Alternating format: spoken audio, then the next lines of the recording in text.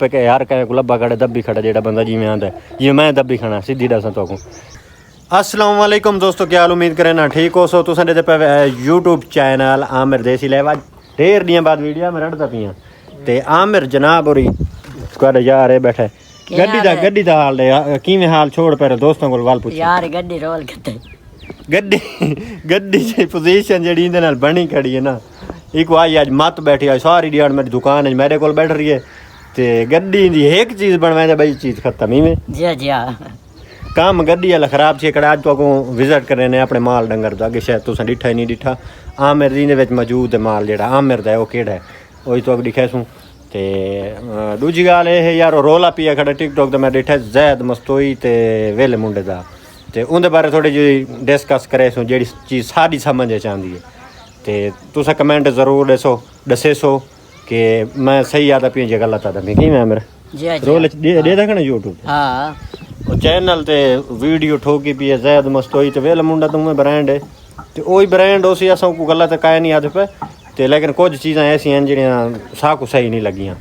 तां पहले माल दा विजिट करे ने बाद करे ने गाल आमिर जी मैं माल दिखा के दोस्तों। हाँ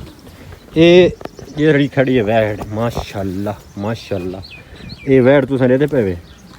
ये मैडी है आमिर दी ये मैडी है ते आमिर दी जेड़ी है ना वो मैं तो दसे ना ये खड़ी है आमिर वेच छोड़ी है यही आमिर दी नहीं इवें ये बकरी बैठी माशाल्लाह बड़ी VIP सोहनी वड्डी बकरी है ये आमिर दी है ते आमिर दी बई केड़ी है तो दिखा ना ये आमिर दी है बई दूजी छोटी जेड़ी उंदी मतलब वो है क्या सडेंदन धी हाँ सर की तने धी आएगा मेरी खड़ी आमिर दी काहे नहीं ये जेड़ी खड़ी रत्ती जही जेड़ी लिस्सी है ऐ आमिर दी माशाल्लाह गां खड़ी मेरी गां तू चंगी है जेड़ी आमिर दी गां है ये हुण गब्बन थई है पहले गब्बन कौन है हुण तकरीबन तीजे चौथे बारे छे ए गां है आमिर दी देखो माशाल्लाह ये मैं समझो वक्की पई हो तो ढेर सारे पैसा दी वक्की मतलब तैयार खड़ी होवे तां ये बहुत सारे पैसे रहे वे सी ते माल डंगर रखी पे यार कोशिश की थी मैं शायद सीधे पदरे थी आऊँ वो जी रत्ती गां तो दिखाई मी ना वो मैं 35,000 की वच्छी की है छोटी जी 35,000 की दी मैं हूँ दूजे सुबह भी आई खड़ी है तो वच्छा दीता सी वच्छा मैं तो दिखाई कहा नहीं वो पर बैठा है वो नज़र नहीं आया वो पर खड़ा है ये खड़ा है तो ये शोर मेरे खड़ा चोला क्यों लाई खड़ा हैं टोनी किधे वह बेचारा टोनी कुत्ता आया वा दही दुकान तो सारा कुत्ता छोटा पिस्ता ते वो कुत्ता उनके नाल टुर पिया रड़दा रोंदा वधाया तो मेरा टोनी गया मैं अगर टोनी नहीं वह टोनी किधे वह पिया उन्हें तो कुत्ते नाल तेरा टोनी है तो कहते नाल वह पिया उन्होंने दे उत्ते नाल ते ये है हसीब दा टोनी तरक्का खड़ा है एक दवाया नहीं भी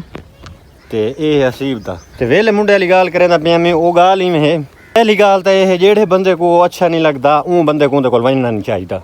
वेले मुंडे को नहीं वजना चाहिए यार एक बंदा अच्छा ही नहीं लगता एक चीज़ अच्छी नहीं लगती उनके कोल क्यों वहदे हो तुसां ते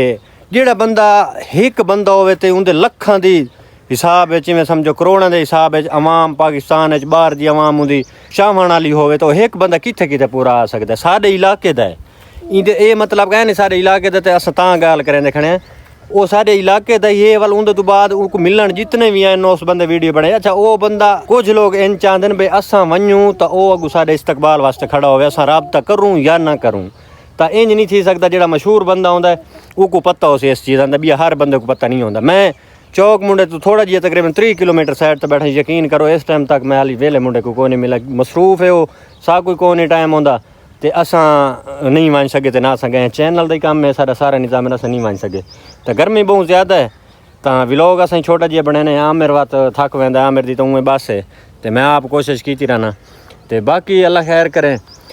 ये चीज़ां जेह्ड़ियां ना वो वाल पैसे आदे गिनदे प्रमोशन दे हर बंदा पैसे गिनदा जे बंदे मेहनत की वो प्रमोशन के पैसे गिनदा वो तो मैं एक स्टार हाँ मैं टिकटॉक का ये है इनका मतलब है जो स्टार होवे उनके कोल ना गिने जो गरीब गुरबा होवे उनके कोल गिन गिने इनका मतलब तो इहो मनदा जैद भाई आदे पैन जैद मस्तोई साहब बलोच साहब असें बलोच हैं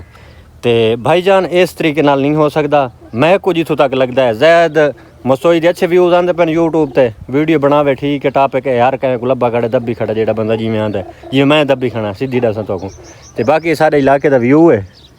ये चेक करो तुसां ते असां जेह्ड़े इवें समझो बरून च पे